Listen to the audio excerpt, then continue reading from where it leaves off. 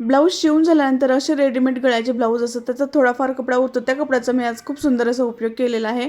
वाटीच्या मदतीने असे गोल राऊंड करून घेतलेले आहे। याचं डायमीटर जे आहे ते 3.5 इंच आहे आणि अशा पद्धतीने आपल्याला सेंटर मार्क करायचा आहे आणि दुसरा सुद्धा दोघांचाही सेंटर मार्क केलेला आहे। या पीसचा सुद्धा मी सेंटर मार्क केलेला आहे आणि सगळ्यांचं मेजरमेंट मी स्क्रीनवरती दिलेलं आहे आणि फक्त आपल्याला सेंटर जॉईन करून घ्यायचं। साईडचा पीस अशा पद्धतीने फोल्ड करायचा आणि एवढी बाजू मोजून घ्यायची। त्यानंतर तेवढीच आपल्याला इथे झिप लागणार आहे। झिप यावरती ठेवून दोघं बाजू शिवून घेतलेल्या आहेत मी।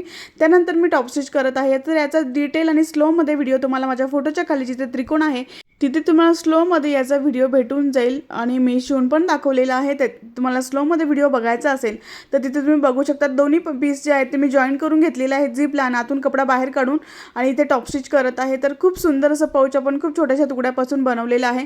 टाकाऊपासून टिकाऊ वस्तू मी बनवलेली आहे आणि हेच पाऊच मी माझ्या कस्टमरला दिलेलं आहे। तुम्हाला कसं वाटलं कमेंट बॉक्समध्ये नक्की सांगा। आवडलं असेल लाईक करा।